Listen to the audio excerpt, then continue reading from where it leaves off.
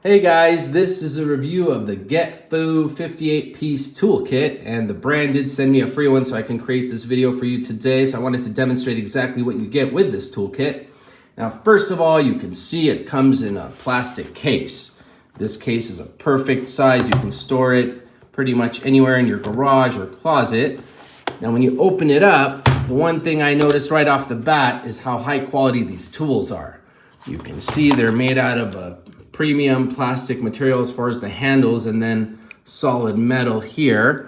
Now, exactly what you get with this toolkit, you get not one, but two sets of Allen wrenches, or hex keys as they call it. Now over here, you're gonna get this bit driver, once again, very high quality, and then the bits that go along with it are here. You get 3 sets of 10 different shapes and sizes. And you get this extender here for it as well. On this side here, you're gonna notice these small screwdrivers. Now, these are perfect for removing batteries from toys or other items around your house.